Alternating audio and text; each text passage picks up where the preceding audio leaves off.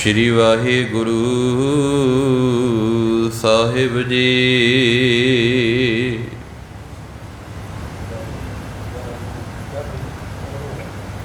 ज्ञान खंड मह ज्ञान प्रचंड,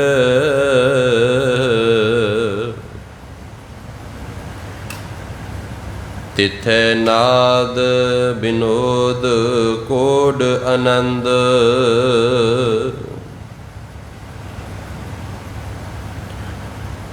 शर्म खंड की बाणी रूप,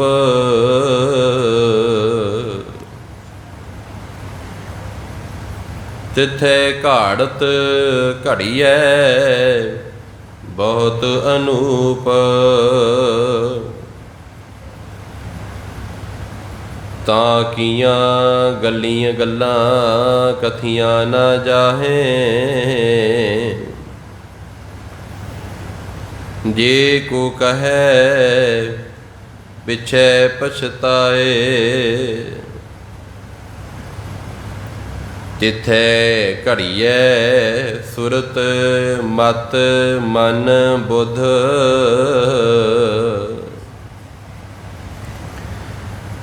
तिथै घड़ियै सुरां सिद्धां की सुध। तिथै घड़ियै सुरत मत मन बुध,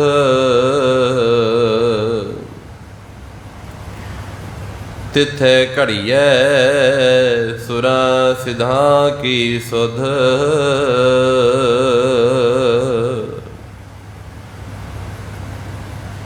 चवर छतर तख्त दे मालक, दो जहानां दे वाली, कुल कैनाथ दे सांझे रहवर, धन श्री गुरु ग्रंथ साहिब पातशाह जी की पावन हजूरी अंदर सुभाएमान गुरु प्यारी गुरु सवारी साध संगत जी। आओ विचारां की आरंभता तो पहला गुरु कलगीधर पातशाह वालों बख्शी हुई फतेह प्रवान करिए। प्रवानो जी फतेह। वाहिगुरु जी का खालसा वाहिगुरु जी की फतेह। पावन जपजी साहिब जी दे अंदर आए हुए पंज खंड, जिदे अंदर असीं दो खंडां दी गल कीती है, धर्म खंड और ज्ञान खंड। पावन पंज खंडां दी गल कीती है। धर्म खंड है, ज्ञान खंड है, शर्म खंड है, कर्म खंड है, सच खंड है। जो मनुख दा मुकाम जो मंजिल है वो सच खंड है।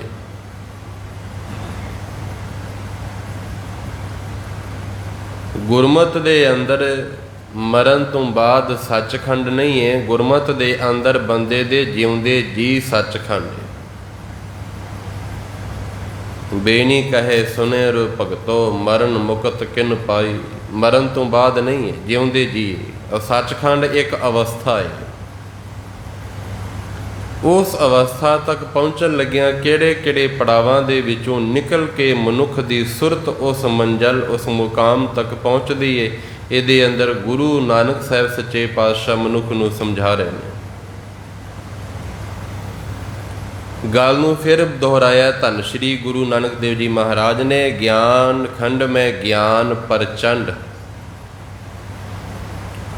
जदों मनुख ज्ञान दे अंदर ज्ञान रूपी अवस्था दे अंदर जदों मंजिल ते पहुँचदा है, उहदे अंदर बहुत ज़्यादा ज्ञान दी अग्नि प्रचंड हुंदी है। भाव कि उहदे अंदर ज्ञान बहुत हुंदा है, समझ सूझ बहुत हुंदी है, विचार दे आधार ते फिर वो जिंदगी जिंदा है। इस मुकाम ते पहुँचे हुए जिहड़े मनुख ने फिर उन्हां दे वास्ते साहिब कहन लगे, तिथै नाद विनोद कोड आनंद। जिहड़ी पावन मूल पंक्ति है, जिहड़ी मूल पंक्ति का आधार है, वह हैगा तिथै घड़ियै सुरत मत मन बुध। जिहड़ी मूल पंक्ति है, जिहड़ी गल धन श्री गुरु नानक देव जी महाराज समझाना चाहते हैं।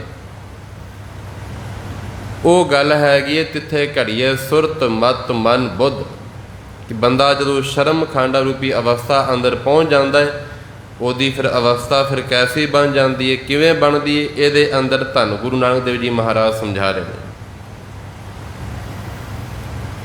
ਕਹਿਣ ਲੱਗੇ ਤਿੱਥੇ ਨਾਦ ਵਿਨੋਦ ਘੋੜ ਆਨੰਦ,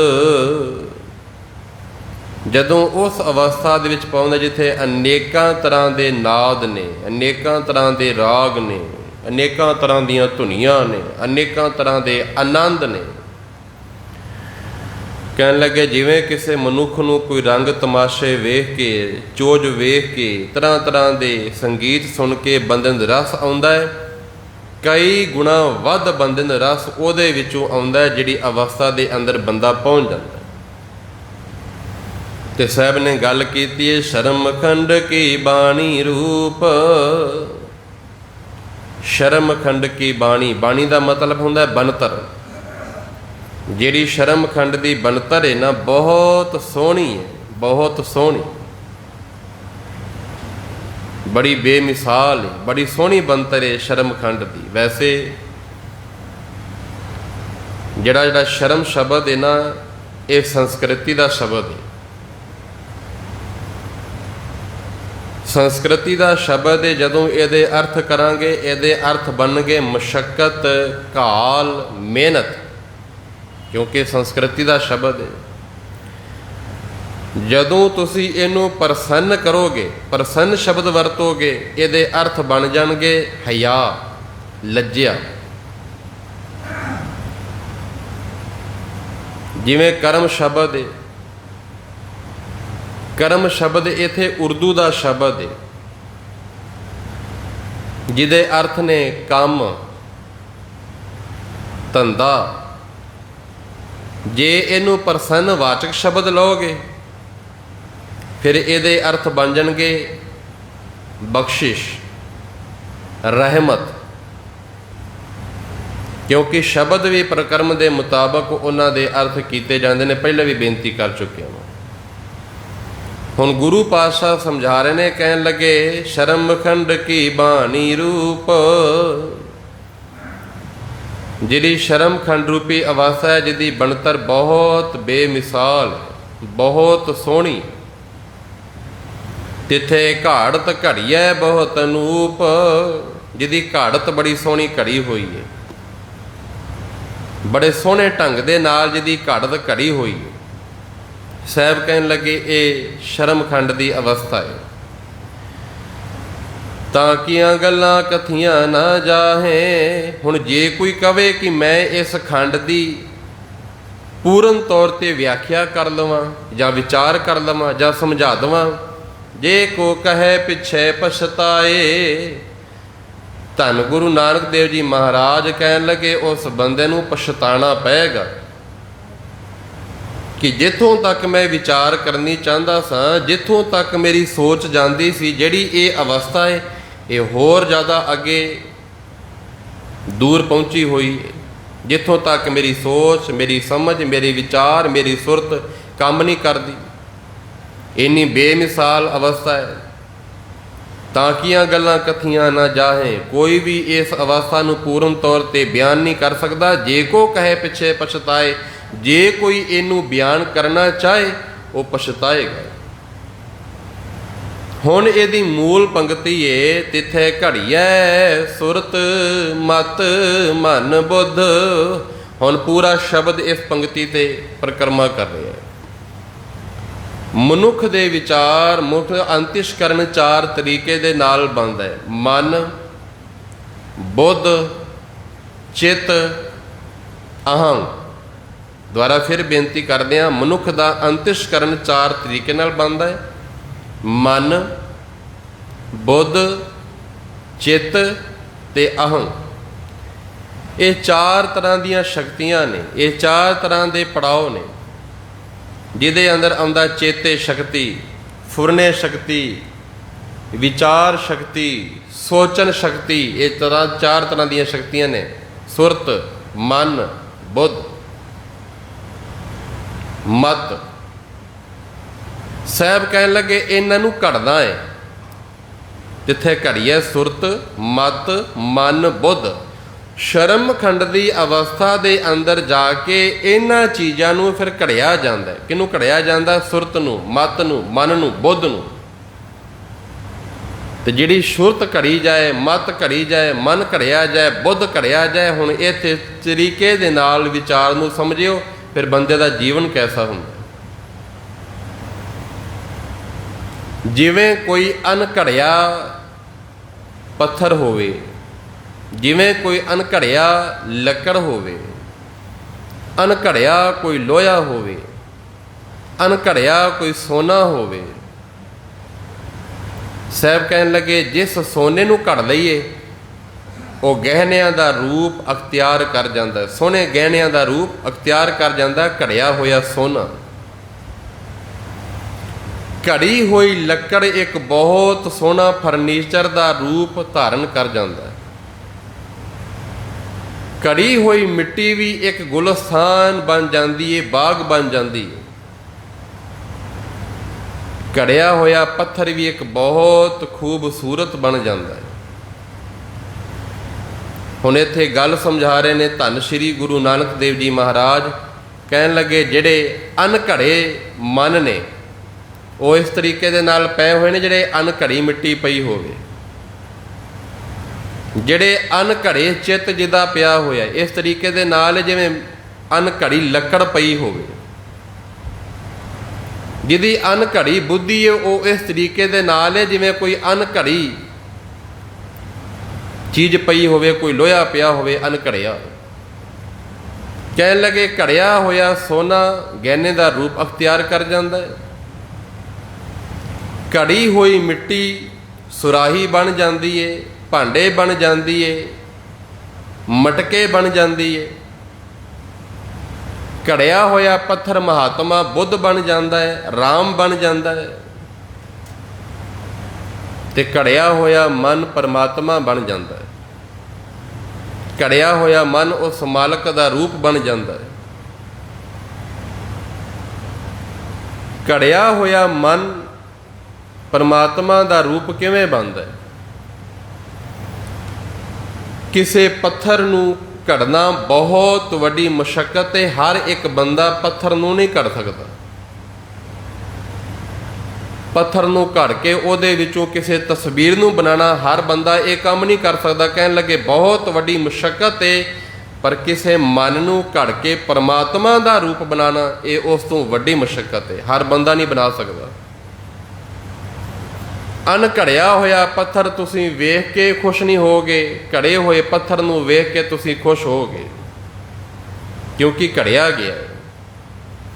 ਜਿਨ੍ਹਾਂ ਦੇ ਮਨ, ਜਿਨ੍ਹਾਂ ਦੇ ਚਿੱਤ, ਜਿਨ੍ਹਾਂ ਦੇ ਬੁੱਧ ਘੜੇ ਹੋਏ ਨੇ, ਸਾਹਿਬ ਕਹਿਣ ਲੱਗੇ ਉਹਨਾਂ ਦੇ ਅੰਦਰ ਫਿਰ ਗਲਤ ਫੁਰਨੇ, ਗਲਤ ਵਿਚਾਰ ਕਦੀ ਪੈਦਾ ਨਹੀਂ ਹੁੰਦੇ।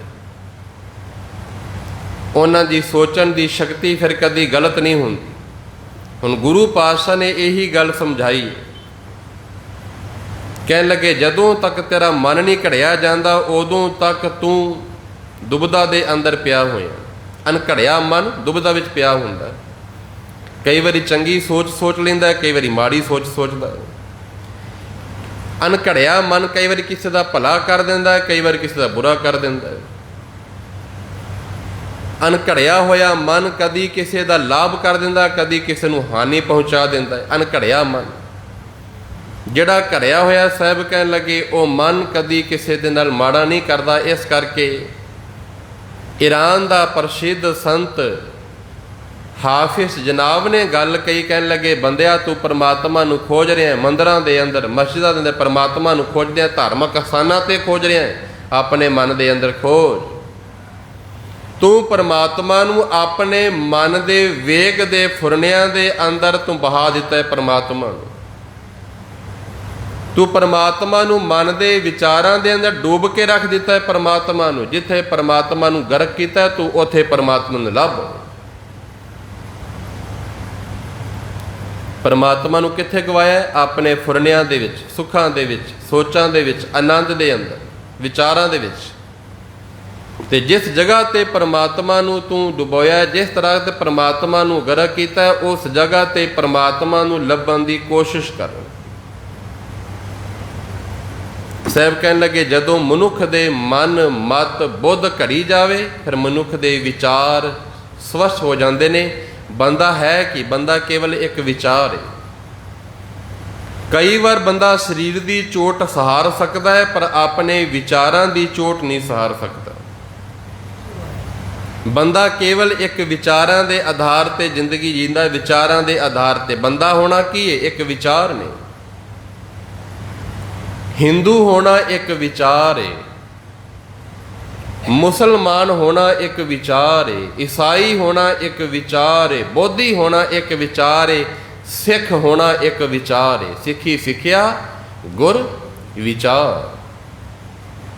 ਕਈ ਵਾਰ ਬੰਦਾ ਕਹਿੰਦਾ ਮੈਂ ਹਿੰਦੂ ਤੋਂ ਮੁਸਲਮਾਨ ਬਣ ਗਿਆ, ਮੁਸਲਮਾਨ ਤੋਂ ਈਸਾਈ ਬਣ ਗਿਆ, ਈਸਾਈ ਤੋਂ ਬੋਧੀ ਬਣ ਗਿਆ, ਸਿੱਖ ਕਹਿੰਦਾ ਮੈਂ ਈਸਾਈ ਬਣ ਗਿਆ। ਕੀ ਬਦਲਿਆ ਹੈ? ਅੱਖਾਂ ਬਦਲੀਆਂ ਨੇ। ਕੀ ਬਦਲਿਆ? ਨੈਣ ਨਕਸ਼ ਬਦਲੇ ਨੇ, ਹੱਥ ਪੈਰ ਬਦਲੇ ਨੇ, ਕੇਵਲ ਵਿਚਾਰ ਬਦਲੇ ਨੇ। ਵਿਚਾਰ ਜਦੋਂ ਬੰਦੇ ਦੇ ਵਿਚਾਰ ਜੋ ਬਦਲ ਜਾਂਦੇ ਨੇ, ਬੰਦਾ ਕਹਿੰਦਾ ਮੈਂ ਆਪਣਾ ਮਜ਼ਹਬ ਬਦਲ ਲਿਆ। ਮਜ਼ਹਬ ਬਦਲਣ ਦਾ ਮਤਲਬ ਹੁੰਦਾ ਹੈ ਬੰਦੇ ਦੇ ਆਪਣੇ ਵਿਚਾਰ ਬਦਲ ਗਏ ਨੇ। ਤੇ ਵਿਚਾਰਾਂ ਦਾ ਪਤਾ ਕਿੱਥੋਂ ਲੱਗਦਾ? ਕਿਸੇ ਦੇ ਮਹਿਲ ਮਾੜੀਆਂ ਨੂੰ ਵੇਖ ਕੇ, ਕਿਸੇ ਦੇ ਘਰ ਬਾਹਰ ਨੂੰ ਵੇਖ ਕੇ, ਕਿਸੇ ਦੇ ਕੱਪੜੇ ਵੇਖ ਕੇ, ਕਿਸੇ ਦਾ ਪਹਿਰਾਵਾ ਵੇਖ ਕੇ ਤੁਸੀਂ ਬੰਦੇ ਦੇ ਵਿਚਾਰਾਂ ਦਾ ਅੰਦਾਜ਼ਾ ਨਹੀਂ ਲਾ ਸਕਦੇ। ਬੰਦੇ ਦਾ ਅੰਦਾਜ਼ਾ ਲੱਗਦਾ ਹੈ ਬੰਦੇ ਦੇ ਵਿਚਾਰਾਂ ਤੋਂ, ਬੰਦੇ ਦੇ ਬੋਲਾਂ ਤੋਂ। ਜੇ ਇੱਕ ਹੋਏ ਤਾਂ ਉਗਵੇ ਮੂੰਹ ਕਾ ਕਹਿਆ ਵਾਓ। ਮਨੁੱਖ ਦਾ ਪਤਾ ਲੱਗਦਾ ਹੈ ਮਨੁੱਖ ਦੇ ਵਿਚਾਰਾਂ ਤੋਂ, ਮਨੁੱਖ ਦਾ ਪਤਾ ਲੱਗਦਾ ਹੈ ਮਨੁੱਖ ਦੀ ਬੋਲਣ ਤੋਂ। ਆਮ ਤੌਰ ਤੇ ਕਈ ਬੰਦੇ ਬੜਾ ਘੱਟ ਬੋਲਦੇ ਨੇ। ਘੱਟ ਬੋਲਣ ਦਾ ਮਤਲਬ ਇਹ ਹੁੰਦਾ ਹੈ ਤੁਸੀਂ ਉਹਨਾਂ ਦੇ ਵਿਚਾਰ ਨਾ ਪੜ੍ਹ ਲਵੋ। ਰਾਜਨੀਤਿਕ ਬੰਦੇ ਬਹੁਤ ਘੱਟ ਬੋਲਦੇ ਨੇ। ਘੱਟ ਕਿਉਂ ਬੋਲਦੇ ਨੇ? ਤੁਸੀਂ ਉਹਨਾਂ ਦੀ ਵਿਚਾਰ ਨਾ ਪੜ੍ਹ ਲਓ, ਸੋਚਣ ਦੀ ਸ਼ਕਤੀ ਨਾ ਤੁਸੀਂ ਪੜ੍ਹ ਲਓ ਉਹਨਾਂ ਦੀ। ਬਹੁਤ ਘੱਟ ਬੋਲਦੇ ਨੇ। ਜਿੰਨੇ ਸੰਤ ਮਹਾਂਪੁਰਸ਼ ਨੇ ਉਹ ਜ਼ਿਆਦਾ ਬੋਲਦੇ ਨੇ, ਬਹੁਤ ਜ਼ਿਆਦਾ ਬੋਲਦੇ ਨੇ, ਔਰ ਬੋਲੇ ਵੀ ਨੇ, ਕੋਈ ਸ਼ੱਕ ਨਹੀਂ ਹੈ। ਕਿਤੇ ਸ਼ਾਇਰੀਆਂ ਦੇ ਅੰਦਰ ਬੋਲੇ ਨੇ, ਕਿਤੇ ਕਲਾਮਾਂ ਦੇ ਅੰਦਰ ਬੋਲੇ ਨੇ, ਕਿਤੇ ਮਹਿਫਿਲਾਂ ਦੇ ਅੰਦਰ ਬੋਲੇ ਨੇ।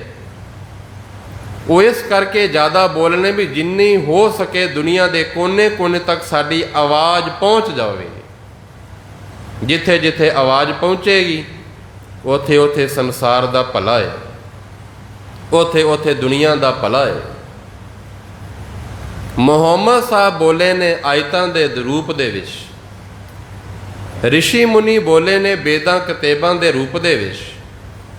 ਧੰਨ ਗੁਰੂ ਨਾਨਕ ਦੇਵ ਜੀ ਮਹਾਰਾਜ, ਗੁਰੂ ਗੋਬਿੰਦ ਸਿੰਘ ਜੀ ਮਹਾਰਾਜ ਬੋਲੇ ਨੇ ਸ਼ਬਦ ਦੇ ਰੂਪ ਦੇ ਵਿੱਚ, ਅਣਗਿਣਤ ਬੋਲੇ ਨੇ। ਬੋਲਦੇ ਹੀ ਗਏ ਨੇ, ਬੋਲਦੇ ਹੀ ਗਏ ਨੇ ਕਿ ਕੋਨੇ ਕੋਨੇ ਤੱਕ ਇਹ ਸਾਡਾ ਸ਼ਬਦ, ਇਹ ਪੈਗਾਮ ਪਹੁੰਚ ਜਾਵੇ। ਦੁਬਾਰਾ ਫਿਰ ਬੇਨਤੀ ਕਰਦਾ, ਰਾਜਨੀਤਿਕ ਬੰਦਾ ਬਹੁਤ ਘੱਟ ਬੋਲਦਾ ਹੈ, ਜਿਹੜਾ ਸੰਤ ਹੈ, ਭਗਤ ਹੈ, ਉਹ ਜ਼ਿਆਦਾ ਬੋਲਦਾ। ਜ਼ਿਆਦਾ ਬੋਲਣ ਦਾ ਮਤਲਬ ਹੁੰਦਾ ਵੀ ਹਰੇਕ ਕੋਨੇ ਤੱਕ ਇਹ ਆਵਾਜ਼, ਇਹ ਸੋਚਣ ਸ਼ਕਤੀ, ਇਹ ਵਿਚਾਰ ਸਾਡੇ ਪਹੁੰਚ ਜਾਣ, ਪਤਾ ਲੱਗ ਜਾਵੇ, ਕਿਸੇ ਦਾ ਭਲਾ ਹੋਵੇ। ਤੇ ਬੋਲਣਾ ਕੀ ਹੈ? ਕੇਵਲ ਪਰਮਾਤਮਾ। ਬੋਲਣਾ ਕੀ ਹੈ? ਕੇਵਲ ਉਸ ਮਾਲਕ ਦੀ ਗੱਲ। ਬਾਬਾ ਬੋਲਣਾ ਕਿਆ ਕਹੀਏ ਜੈਸੇ ਰਾਮ ਨਾਮ ਰਵ ਰਹੀ ਹੈ। ਜੇ ਬੋਲਣਾ ਹੈ ਪਰਮਾਤਮਾ ਦੀ ਗੱਲ ਕਰ, ਜੇ ਬੋਲਣਾ ਹੈ ਮਾਲਕ ਦੀ ਗੱਲ ਕਰ, ਉਹਦੇ ਗੁਣਾਂ ਦੀ ਵਿਚਾਰ ਕਰ, ਉਹਦੇ ਹੋਂਦ ਦੀ ਗੱਲ ਕਰ। ਜੇ ਨਹੀਂ ਬੋਲਣਾ ਫਿਰ ਬੋਲਤ ਬੋਲਤ ਬੜ੍ਹੇ ਬਿਕਾਰਾ, ਕਿਆ ਬਿਨ ਬੋਲੇ ਕਿਆ ਕਰੇ ਵਿਚਾਰ। ਜਿੰਨਾ ਬੰਦਾ ਜ਼ਿਆਦਾ ਬੋਲੇਗਾ ਉਹਨਾਂ ਬੰਦੇ ਦਾ ਮਨ ਖੰਡਿਤ ਹੋਏਗਾ। ਮਨ ਖੰਡਿਤ ਹੁੰਦਾ ਹੈ, ਵਿਕਾਰਾਂ ਵੱਲ ਜਾਂਦਾ ਹੈ। ਜਿੰਨਾ ਬੰਦਾ ਘੱਟ ਬੋਲੇਗਾ ਉਹਨਾਂ ਬੰਦੇ ਦੀ ਸੋਚਣ ਦੀ ਸ਼ਕਤੀ, ਵਿਚਾਰਾਂ ਦੀ ਸ਼ਕਤੀ ਵੱਧਦੀ ਜਾਏਗੀ। ਦੁਬਾਰਾ ਫਿਰ ਬੇਨਤੀ ਕਰਦਾ, ਰਾਜਨੀਤਿਕ ਬੰਦਾ ਇਸ ਕਰਕੇ ਘੱਟ ਬੋਲਦਾ ਵੀ ਉਹਦੇ ਬਾਰੇ ਤੁਹਾਨੂੰ ਪਤਾ ਨਾ ਲੱਗ ਜਾਵੇ, ਉਹਦੇ ਵਿਚਾਰਾਂ ਦਾ ਪਤਾ ਨਾ ਲੱਗ ਜਾਵੇ, ਉਹਦੇ ਕਿਰਦਾਰ ਦਾ ਪਤਾ ਨਾ ਲੱਗ ਜਾਵੇ। ਤੇ ਸਾਹਿਬ ਕਹਿਣ ਲੱਗੇ ਜਿਹੜਾ ਬੰਦਾ ਹਰ ਇੱਕ ਗੱਲ ਦੇ ਅੰਦਰ ਰੋਣ ਦੀ ਗੱਲ ਕਰੇ, ਮੁਨਾਫੇ ਤੇ ਘਾਟੇ ਦੀ ਗੱਲ ਕਰੇ, ਇਹਦਾ ਮਤਲਬ ਉਹਦੀ ਜ਼ਿੰਦਗੀ ਦੇ ਵਿੱਚ ਬਿਨਾਂ ਰੋਣ ਤੋਂ ਕੁਛ ਵੀ ਨਹੀਂ। ਤੇ ਜਿਹੜਾ ਬੰਦਾ ਸੁੱਖਾਂ ਦੀ ਗੱਲ ਕਰੇ, ਆਨੰਦ ਦੀ ਗੱਲ ਕਰੇ, ਚਿੱਤ ਦੀ ਗੱਲ ਕਰੇ, ਸਮਝ ਲਓ ਉਹਦੀ ਜ਼ਿੰਦਗੀ ਦੇ ਅੰਦਰ ਪਰਮ ਆਨੰਦ ਹੈ, ਕਿਉਂਕਿ ਉਹਦੇ ਵਿਚਾਰਾਂ ਤੋਂ ਪਤਾ ਲੱਗ ਜਾਂਦਾ। ਹੁਣ ਧੰਨ ਗੁਰੂ ਨਾਨਕ ਦੇਵ ਜੀ ਮਹਾਰਾਜ ਸੱਚੇ ਪਾਤਸ਼ਾਹ ਸਮਝਾ ਰਹੇ, ਤਿੱਥੈ ਘੜੀਐ ਸੁਰਤ ਮਤ ਮਨ ਬੁੱਧ। ਉਥੇ ਘੜਿਆ ਜਾਂਦਾ ਹੈ, ਸੁਰਤ ਘੜੀ ਜਾਂਦੀ ਹੈ, ਮਨ ਘੜਿਆ ਜਾਂਦਾ ਹੈ, ਬੁੱਧ ਘੜੀ ਜਾਂਦੀ ਹੈ, ਚਿੱਤ ਘੜਿਆ ਜਾਂਦਾ ਹੈ। ਦੁਆਰਾ ਫਿਰ ਬੇਨਤੀ ਕਰਦਾ, ਮਨ ਬੁੱਧ ਚਿੱਤ ਅਹੰ, ਇਹ ਚਾਰ ਚੀਜ਼ਾਂ ਘੜੀਆਂ ਜਾਂਦੀਆਂ ਨੇ। ਤੇ ਜਿਹਦੀਆਂ ਚਾਰ ਚੀਜ਼ਾਂ ਘੜੀਆਂ ਗਈਆਂ ਉਹ ਫਿਰ ਵਿਚਾਰ ਸੋਹਣੇ ਕਰ ਲੈਂਦਾ ਹੈ। ਤੇ ਜਿਹਦੇ ਵਿਚਾਰ ਸੋਹਣੇ ਹੋ ਗਏ, ਜਿੱਥੇ ਆਪਣੇ ਵਿਚਾਰ ਸੋਹਣੇ ਨੇ, ਫਿਰ ਸੰਸਾਰ ਦੀ, ਫਿਰ ਦੁਨੀਆ ਦੇ ਜੀਵਨ ਤੇ ਵਿਚਾਰ ਸੋਹਣੇ ਕਰਦਾ ਹੈ। ਹੁਣ ਕੋਈ ਚੰਦਨ ਨੂੰ ਕਹਿ ਦੇਵੇ ਤੂੰ ਖੁਸ਼ਬੂ ਨਾ ਖਿਲਾਰ, ਕਦੀ ਇੱਦਾਂ ਹੋ ਸਕਦਾ ਹੈ ਕਿ ਚੰਦਨ ਖੁਸ਼ਬੂ ਨਾ ਖਿਲਾਰੇ? ਜੇ ਕੋਈ ਸੂਰਜ ਨੂੰ ਕਹਿ ਦੇ ਤੂੰ ਕਿਰਨਾਂ ਨਹੀਂ ਖਿਲਾਰਨੀਆਂ, ਇੱਦਾਂ ਹੋ ਸਕਦਾ ਹੈ ਸੂਰਜ ਕਿਰਨਾਂ ਨਾ ਖਿਲਾਰਨ? ਜਿਹੜਾ ਚੰਦਨ ਖੁਸ਼ਬੂ ਨਹੀਂ ਵੰਡਦਾ ਉਹ ਚੰਦਨ ਨਹੀਂ ਹੋ ਸਕਦਾ। ਜਿਹੜਾ ਸੂਰਜ ਕਿਰਨਾਂ ਨਹੀਂ ਦਿੰਦਾ ਉਹ ਸੂਰਜ ਨਹੀਂ ਹੋ ਸਕਦਾ। ਜਿਹੜਾ ਭਗਤ ਸੰਤ ਬ੍ਰਹਮ ਗਿਆਨੀ ਜੀਵਨ ਨੂੰ ਸਵਾਰ ਨਹੀਂ ਸਕਦਾ ਉਹ ਸੰਤ ਬ੍ਰਹਮ ਗਿਆਨੀ ਤੇ ਭਗਤ ਵੀ ਨਹੀਂ ਹੋ ਸਕਦਾ। ਅੱਤ ਦੀ ਸੱਚਾਈ। ਹੁਣ ਗੁਰੂ ਨਾਨਕ ਦੇਵ ਜੀ ਮਹਾਰਾਜ ਸੱਚੇ ਪਾਤਸ਼ਾਹ ਸਮਝਾ ਰਹੇ ਨੇ, ਤਿੱਥੈ ਘੜੀਐ ਸੁਰਤ ਮਤ ਮਨ ਬੁੱਧ। ਅੱਜ ਸੰਸਾਰ ਇੰਨਾ ਬਦਸੂਰਤ ਕਿਉਂ ਹੋ ਗਿਆ? ਅੱਜ ਸੰਸਾਰ ਇੰਨਾ ਬੀਆਬਾਨ ਨਜ਼ਰ ਕਿਉਂ ਆ ਰਿਹਾ ਹੈ? ਇੰਨਾ ਬਦਸੂਰਤ ਨਜ਼ਰ ਕਿਉਂ ਆ ਰਿਹਾ ਹੈ? ਕਿਉਂਕਿ ਇਸ ਸੰਸਾਰ ਦੇ ਅੰਦਰ ਅਨਘੜੇ ਮਨ ਬੁੱਧ ਚਿੱਤ ਘੁੰਮ ਰਹੇ ਨੇ, ਅਨਘੜੇ ਹੋਏ। ਇਸੇ ਕਰਕੇ ਬਲਤਕਾਰ ਹੋ ਰਹੇ ਨੇ, ਇਸੇ ਕਰਕੇ ਠੱਗੀਆਂ ਚੋਰੀਆਂ ਹੋ ਰਹੀਆਂ ਨੇ, ਇਸੇ ਕਰਕੇ ਧੋਖੇ ਹੋ ਰਹੇ ਨੇ, ਇਸੇ ਕਰਕੇ ਬੇਈਮਾਨੀਆਂ ਹੋ ਰਹੀਆਂ ਨੇ, ਕੁਕਰਮ ਹੋ ਰਹੇ ਨੇ, ਜ਼ੁਲਮ ਹੋ ਰਹੇ ਨੇ, ਪਾਪ ਕੀਤੇ ਜਾ ਰਹੇ ਨੇ। ਕਿਉਂ ਕੀਤੇ ਜਾ ਰਹੇ ਨੇ? ਅਨਘੜੇ ਹੋਏ ਮਨੁੱਖ ਸੰਸਾਰ ਤੇ ਵਿਚਰ ਰਹੇ ਨੇ, ਅਨਘੜੇ ਹੋਏ। ਤੇ ਜਿੱਥੇ ਘੜਿਆ ਹੋਇਆ ਮਨ ਸੰਸਾਰ ਤੇ ਵਿਚਰੇਗਾ, ਘੜਿਆ ਹੋਇਆ ਮਨ ਸੰਸਾਰ ਤੇ ਚੱਲੇਗਾ, ਉੱਥੇ ਸਾਰਿਆਂ ਨੂੰ ਸੁੱਖ ਮਿਲੇਗਾ। ਜਿੱਥੇ ਘੜੀਐ ਸੁਰਤ ਮਤ ਮਨ ਬੁੱਧ। ਹੁਣ ਅਗਲੀ ਪੰਕਤੀ ਦੇ ਅੰਦਰ ਧੰਨ ਗੁਰੂ ਨਾਨਕ ਦੇਵ ਜੀ ਮਹਾਰਾਜ ਸੱਚੇ ਪਾਤਸ਼ਾਹ ਕਹਿ ਰਹੇ ਨੇ, ਤਿੱਥੈ ਘੜੀਐ ਸੁਰਾਂ ਸਿਧਾਂ ਕੀ ਸੁਧ। ਤਿੱਥੈ ਘੜੀਐ ਸੁਰਾਂ। ਸ਼ਰਮ ਖੰਡ ਦੀ ਅਵਸਥਾ ਵਿੱਚ ਪਹੁੰਚਿਆ ਹੋਇਆ ਬੰਦੇ ਦਾ ਮਨ ਇਸ ਤਰ੍ਹਾਂ ਦੇ ਨਾਲ ਹੁੰਦਾ ਹੈ ਜਿਵੇਂ ਦੇਵਤਿਆਂ ਦੇ ਜੀਵਨ ਹੁੰਦੇ ਨੇ। ਘੜੇ ਹੋਏ ਮਨੁੱਖ ਦਾ ਜੀਵਨ ਇਸ ਤਰ੍ਹਾਂ ਦੇ ਨਾਲ ਹੁੰਦਾ ਜਿਵੇਂ ਸਿੱਧਾਂ ਦੇ ਜੀਵਨ ਹੁੰਦੇ ਨੇ। ਜੇ ਤੇਰਾ ਮਨ ਘੜਿਆ ਜਾਏ, ਬੁੱਧ ਘੜੀ ਜਾਏ, ਸੁਰਤ ਘੜੀ ਜਾਵੇ, ਤੇਰਾ ਜੀਵਨ ਇਸ ਤਰ੍ਹਾਂ ਦੇ ਨਾਲ ਹੋ ਜਾਏਗਾ ਜਿਵੇਂ ਕਿਸੇ ਦੇਵਤੇ ਦਾ ਜੀਵਨ ਹੋਵੇ। ਤੇਰਾ ਜੀਵਨ ਇਸ ਤਰੀਕੇ ਦੇ ਨਾਲ ਹੋ ਜਾਏਗਾ ਜਿਵੇਂ ਕਿਸੇ ਸਿੱਧਾਂ ਦਾ ਜੀਵਨ, ਕਿਸੇ ਸਿੱਧ ਦਾ ਜੀਵਨ ਹੋਵੇ। ਤੇ ਜਿਹੜਾ ਬੰਦਾ ਇਸ ਅਵਸਥਾ ਦੇ ਅੰਦਰ ਪਹੁੰਚ ਜਾਂਦਾ ਹੈ, ਉਸ ਮਨੁੱਖ ਦਾ ਜੀਵਨ ਦੇਵਤਿਆਂ ਵਰਗਾ, ਉਸ ਮਨੁੱਖ ਦਾ ਜੀਵਨ ਸਿੱਧਾਂ ਵਰਗਾ ਬਣ ਜਾਂਦਾ।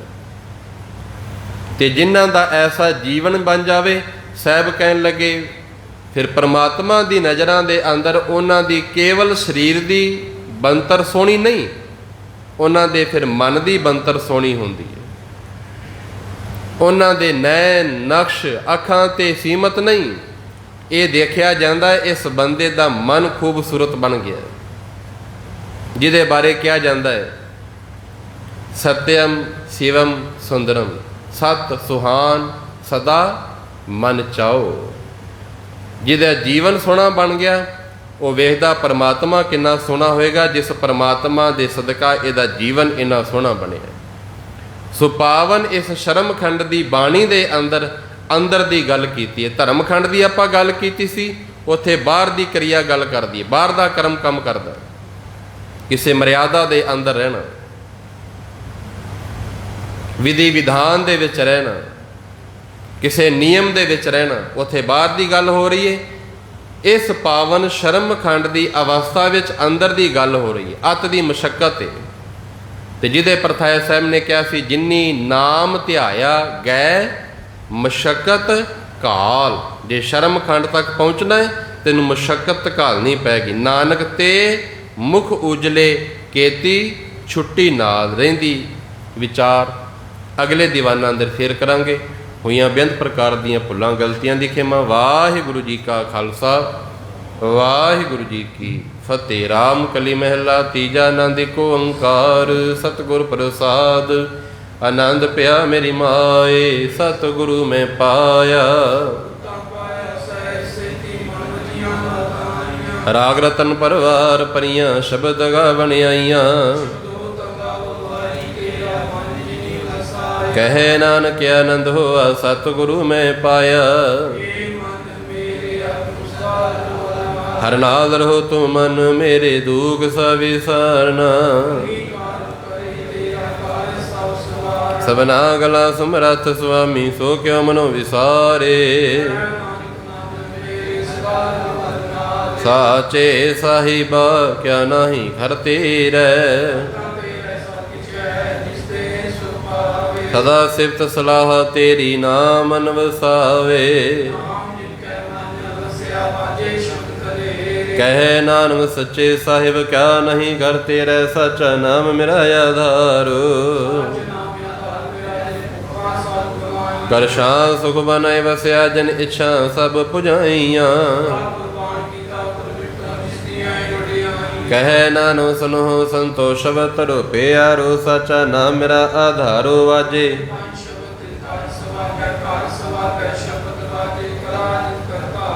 ਪੰਚ ਦੋਤ ਦਵਸ ਕੀਤੇ, ਕਾਲ ਗੰਡਕ ਮਾਰਿਆ। ਕਹੇ ਨਾਨਕ ਤੈ ਸੁਖ ਹੋਵਾ, ਤਿਤ ਘਰ ਅਨਹਦ ਵਾਜੇ।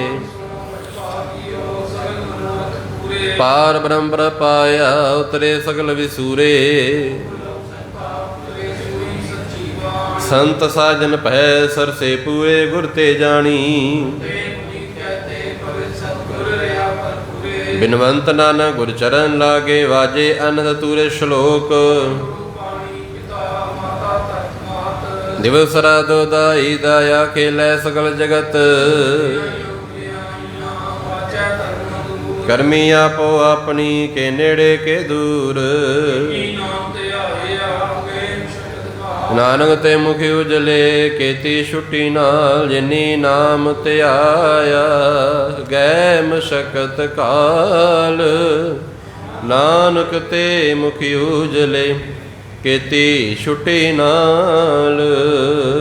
ਵਾਹਿਗੁਰੂ ਜੀ ਕਾ ਖਾਲਸਾ, ਵਾਹਿਗੁਰੂ ਜੀ ਕੀ ਫਤਿਹ। ਤੂੰ ਠਾਕੁਰ ਤੁਮ ਅਰਦਾਸ ਜੀਓ। ਮਾਤ ਪਿਤਾ ਬਾਰਕ ਤੇ ਤੁਮਰੇ ਕੇ ਪਾਵੈ ਸੁਖ ਕਰੇ। ਹੋਏ ਨ ਜਾਣੈ ਤੁਮਰਾ ਅੰਤ, ਊਚੇ ਤੇ ਊਚਾ ਭਗਵੰਤ। ਸਗਲ ਸਮਗਰੀ ਤੁਮਰੇ ਸੁਤਰਤਾਰੀ, ਤੁਮ ਤੇ ਹੋਏ ਸੋ ਆਗਿਆਕਾਰੀ। ਤੁਮਰੇ ਗਤ ਮਿਤ ਤੁਮੀ ਜਾਣੀ, ਨਾਨਕ ਦਾਸ ਸਦਾ ਗੁਰਬਾਣੀ। ਮੌਲਾ ਜੀ ਸਤਿਨਾਮ ਸ਼੍ਰੀ ਵਾਹਿਗੁਰੂ। ਇੱਕ ਓੰਕਾਰ ਵਾਹਿਗੁਰੂ ਜੀ ਕੀ ਫਤਿਹ। ਸ਼੍ਰੀ ਕੋਟੀ ਸਾਹਿਬਾ, ਸ਼੍ਰੀ ਕੋਟੀ ਜੀ ਕੀ ਪਾਤਸ਼ਾਹੀ ਦਸਵੀਂ। ਪ੍ਰਥਮ ਬੋਧੀ ਸਿਮਰ ਕੈ ਗੁਰੂ ਨਾਨਕ ਲੈਣ ਤੇ ਆਏ, ਫਿਰ ਅੰਮ੍ਰਿਤ ਦਿੱਤੇ ਵਰਦਾਸ ਰਾਮਦਾਸ ਸਾਹਿਬ ਸਾਹਿਬ। ਹਰਿ ਨਾਮ ਗੋਬਿੰਦ ਨਾਮ ਸਿਮਰੋ, ਸ਼੍ਰੀ ਹਰਿ ਸ਼੍ਰੀ ਹਰਿ ਕ੍ਰਿਸ਼ਨ ਤੇ ਆਈਐ, ਜਿਸ ਵਿਚੇ ਸਭ ਪਿਆ। ਤੇ ਬਹਾਦਰ ਸਿਮਰਿਐ, ਘਰ ਨਾਮ ਵਿਦਿਆ ਵਰਤਾ ਹੈ, ਸਭ ਥਾਈ ਹੋਏ ਸਾਰ। ਦਸਵਾਂ ਪਾਤਸ਼ਾਹ ਸ਼੍ਰੀ ਗੁਰੂ ਗੋਬਿੰਦ ਸਿੰਘ ਸਾਹਿਬ ਜੀ, ਸਭ ਥਾਈ ਹੋਏ ਸਾਰ। ਦਸਾਂ ਪਾਤਸ਼ਾਹੀਆਂ ਦੀ ਜੋਤ ਸ਼੍ਰੀ ਗੁਰੂ ਗ੍ਰੰਥ ਸਾਹਿਬ ਜੀ। ਪਾਠਦਾਰ ਦਾ ਧਿਆਨ ਧਰ ਕੇ ਬੋਲੋ ਜੀ ਵਾਹਿਗੁਰੂ। ਪੰਜਾਂ ਪਿਆਰਿਆਂ, ਚੌਹਾਂ ਸਾਹਿਬਜ਼ਾਦਿਆਂ, ਚਾਲੀਆਂ ਮੁਕਤਿਆਂ, ਅੱਠੀਆਂ ਜਪੀਆਂ ਤਪੀਆਂ, ਜਿਨ੍ਹਾਂ ਨਾਮ ਜਪਿਆ ਵੰਡ ਛਕਿਆ, ਦੇਖ ਚਲਾਈ ਤੇ ਗਵਾਈ, ਦੇਖ ਕੇ ਅੰਮ੍ਰਿਤ ਕੀਤਾ। ਇਹਨਾਂ ਪਿਆਰਿਆਂ ਸਚਿਆਰਿਆਂ ਦੀ ਕਮਾਈ ਦਾ ਧਿਆਨ ਕਰਕੇ ਖਾਲਸਾ ਜੀ ਬੋਲੋ ਜੀ। ਜਿਨ੍ਹਾਂ ਸਿੰਘਾਂ ਸਿੰਘਣੀਆਂ ਨੇ ਧਰਮ ਹੇਠ ਸੀਸ ਦਿੱਤੇ, ਬੰਦ ਕਰ ਪੋਪਰੀਆਂ ਲਵਾਈਆਂ, ਚਰਤੀਆਂ ਤੇ ਚੜਿਆਰਿਆਂ ਨਾਲ ਚਿਰਾਏ, ਗੁਰਦੁਆਰਿਆਂ ਦੀ ਸੇਵਾ ਲਈ ਕੁਰਬਾਨੀਆਂ ਕੀਤੀਆਂ, ਧਰਮ ਨਹੀਂ ਸਿੱਖੀ ਕੇਸਾਂ ਸਵਾਸਾਂ ਨਾਲ ਨਿਭਾਈ। ਇਨਾਮ ਦੀ ਕਮਾਈ ਦਾ ਧਿਆਨ ਕਰਕੇ ਖਾਲਸਾ ਜੀ ਬੋਲੋ ਜੀ ਵਾਹਿਗੁਰੂ। ਪੰਜਾਂ ਤਖਤਾਂ ਸਰਬਤ ਗੁਰਦੁਆਰਿਆਂ ਦਾ ਧਿਆਨ ਕਰਕੇ ਬੋਲੋ ਜੀ ਵਾਹਿਗੁਰੂ। ਇੱਕ ਮੈਂ ਸਰਬਤ ਖਾਲਸਾ ਜੀ ਕੀ ਅਰਦਾਸ ਹੈ ਜੀ। ਸਰਬਤ ਖਾਲਸਾ ਜੀ ਕੋ ਵਾਹਿਗੁਰੂ ਵਾਹਿਗੁਰੂ ਵਾਹਿਗੁਰੂ। ਚੇਤੇ ਅਮਨ ਕਾ ਸਤਿਕਾਰ ਸਰਬ ਸੁਖ ਹੋਵੇ। ਜਹਾਂ ਜਹਾਂ ਖਾਲਸਾ ਜੀ ਸਾਜ ਤਹਾਂ ਤਹਾਂ ਰਚਿਆ ਰਿਆਏ। ਦੇਵ ਤੇਗ ਫਤਿਹ ਬਿਰਤ ਕੀ ਪੈ ਪੰਥ ਕੇ ਜੀ। ਸ਼੍ਰੀ ਸਾਹਿਬ ਜੀ ਸਹਾਏ ਖਾਲਸੇ ਜੀ ਕੇ ਬੋਲ ਬਾਲੇ ਬੋਲੋ ਜੀ ਵਾਹਿਗੁਰੂ। ਸਿੱਖਾਂ ਨੂੰ ਸਿੱਖੀ ਦਾਨ ਕੇਸ ਦਾਨ ਰਹਿਤ ਦਾਨ ਵਿਵੇਕ ਦਾਨ ਦਿਸ਼ਾ ਦਾਨ ਭਰੋਸਾ ਨਾਨਾ ਸਰਦਾਰ ਨਾਮਦਾਨ। ਸ਼੍ਰੀ ਅੰਮ੍ਰਿਤਸਰ ਜੀ ਕੇ ਦਰਸ਼ਨ ਇਸ਼ਨਾਨ ਚੌਂਕੀਆਂ ਝੰਡੇ ਬੂਵੇ ਜੁਗੋ ਜੁਗ ਅਟਲ।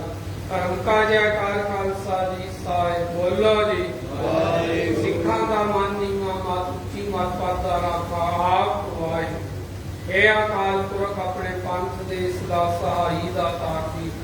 ਸ਼੍ਰੀ ਨਨਕਾਣਾ ਸਾਹਿਬ ਤੇ ਉਹ ਗੁਰਦੁਆਰਿਆਂ ਮੁਤਾਬਾਂ ਦੇ ਜਿਨ੍ਹਾਂ ਤੋਂ ਪੰਥ ਨੂੰ ਵਿਛੋੜਿਆ ਵੇ। ਖੁੱਲੇ ਦਰਸ਼ਨ ਦੀ ਦਾਤ ਸੇਵਾ ਸੰਭਾਲ ਦਾ ਦਾਨ ਖਾਲਸਾ ਜੀ ਨੂੰ ਬਖਸ਼ੋ। ਇਹ ਨਿਮਾਣਿਆਂ ਦੇ ਮਾਣ ਨਿਤਾਣਿਆਂ ਦੇ ਤਾਣ ਨਿਓਟਿਆਂ ਦੀ ਹੋ। ਧੰਨ ਧੰਨ ਧੰਨ ਸ਼੍ਰੀ ਗੁਰੂ ਗ੍ਰੰਥ ਸਾਹਿਬ ਜੀ ਮਹਾਰਾਜ। ਸਤਿਗੁਰੂ ਆਪ ਜੀ ਦੀ ਅਪਾਰ ਬਖਸ਼ੀ ਸਰਕਾਵਤ ਵੇਲੇ ਤੋਂ ਇਸ ਵੇਲੇ ਤੱਕ ਦੀ ਵਾਰ ਕਰੇ। ਆਸਾ ਕੀ ਵਾਰ ਜੀ ਦੇ ਕੀਰਤਨ ਸ਼ਬਦ ਕੀਰਤਨ ਗੁਰਮਤਿ ਵਿਚਾਰਾਂ ਨਾਮ ਸਾਹਿਬ ਜੀ ਦੇ ਜਾਪ ਦੀ ਅਰਦਾਸ। ਅੱਖਰ ਵਾਦਾ ਕਾਟਾ ਬੁਲਟੂ ਵਰਤੀ ਮਾਫ ਕਰਨੀ ਸਰਬਤ ਦੇ ਕਾਰਜ ਰਾਸ ਕਰਨੇ ਆਈ ਸੰਗਤ ਦੀ ਹਾਜ਼ਰੀ। ਫਿਰ ਹੁਣ ਪ੍ਰੇਮ ਵਡਾਵਾਂ ਦਾ ਪ੍ਰਵਾਨ ਕਰਨੀਆਂ ਗੁਰੂ ਸੰਤਾਂ ਦੇ ਸੀਸ ਤੇ ਆਪ ਜੀ ਆਪਣਾ ਮੇਰਾ ਪ੍ਰਿਆ ਸਕਣਾ। ਜਗਤ ਜਲੰਦਾ ਰੱਖ ਲੈ ਆਪਣੀ ਕਿਰਪਾ ਦਾ। ਜੇਤ ਦੁਆਰੇ ਉਰੈ ਤਿਤੈ ਮੇਰੋ। ਸਤਿਗੁਰ ਕਿਰਪਾ ਕਰਨੀ ਸੰਸਾਰ ਭਰ ਵਿੱਚ ਚੱਲਦੀ ਮਹਾਮਾਰੀ ਤੋਂ ਨਿਜਾਤ ਬਖਸ਼ੀ। ਸਰਬਤ ਦੇ ਦੁੱਖ ਦੂਰ ਮੁਸ਼ਕਿਲਾਂ ਸਾਂਦੇ ਰੋਗ ਤਤ ਸ਼ਾਂਤੀ ਨਾਮ ਦਾਨ ਕਾਰੋਬਾਰੀ ਵਾਰੀ ਬਖਸ਼ੀ। ਲਾਇ ਕਰਦੇ ਪ੍ਰੀਤਵਨ ਮਾਤਾ ਤਰਲੋਚਨ ਕੌਰ ਲੋਕਰਾ ਪਰਿਵਾਰ ਚੁਕਾਨੇ ਦੀ ਅਰਦਾਸ। ਪ੍ਰਸਨੀਤ ਕੌਰ ਸੁਨੀਤ ਸਿੰਘ ਬੱਚਿਆਂ ਦੀ ਸੁਖ ਸ਼ਾਂਤੀ ਦੀ ਅਰਦਾਸ। ਕਾਮਯਾਬੀ ਖੱਟੀਆਂ ਬਖਸ਼ੀਆਂ। ਖਰਾਬ ਪ੍ਰਸ਼ਾਦ ਦੀ ਦੇਵ ਹਾਜ਼ਰ ਅਰਦਾਸ ਪ੍ਰਵਾਨ ਹੋ। ਪ੍ਰਵਾਨ ਹੋਇਆ ਪ੍ਰਸ਼ਾਦ ਸਰਬਤ ਸਾਧ ਸੰਗਤ ਤਾਨ ਵਰਤੇ। ਆਪ ਜੀ ਹੁਕਮਨਾਮਾ ਬਖਸ਼ ਕੇ ਨਿਹਾਲ ਕਰੋ। ਸਹੀ ਪਿਆਰੇ ਮੇ ਜਿਨ੍ਹਾਂ ਮਿਲਿਆ ਤੇਰਾ ਨਾਮ ਚਿਤੇ ਆਵੇ। ਨਾਨਕ ਨਾਮ ਚੜ੍ਹਦੀ ਕਲਾ ਤੇਰੇ ਭਾਣੇ ਸਰਬਤ ਦਾ ਪ੍ਰਦਾਨ। ਵਾਹਿਗੁਰੂ ਜੀ ਕਾ ਖਾਲਸਾ ਵਾਹਿਗੁਰੂ ਜੀ ਕੀ ਫਤਿਹ। ਲੋਰਾ ਆਗਿਆ ਭਈ ਅਕਾਲ ਕੀ ਤਵੈ ਚਲਾਇਓ ਪੰਥ। ਸਾਬ ਸਿੱਖਤ ਕੋ ਹੁਕਮ ਹੈ ਗੁਰੂ ਮਾਨਿਓ ਗ੍ਰੰਥ। ਗੁਰੂ ਗ੍ਰੰਥ ਜੀ ਮਾਨਿਓ ਪ੍ਰਗਟ ਗੁਰਾਂ ਕੀ ਦੇ। ਜੋ ਪ੍ਰਭ ਕੋ ਮਿਲ ਹੋ ਚਾਹੇ ਹੋਜ ਸ਼ਬਦ ਮੈਲੇ। ਰਾਜ ਕਰੇਗਾ ਖਾਲਸਾ ਬਾਕੀ ਰਹੇ ਨ ਕੋਏ। ਵਾਰ ਹੋਏ ਸਭ ਮਿਲੇਂਗੇ ਬਚੇ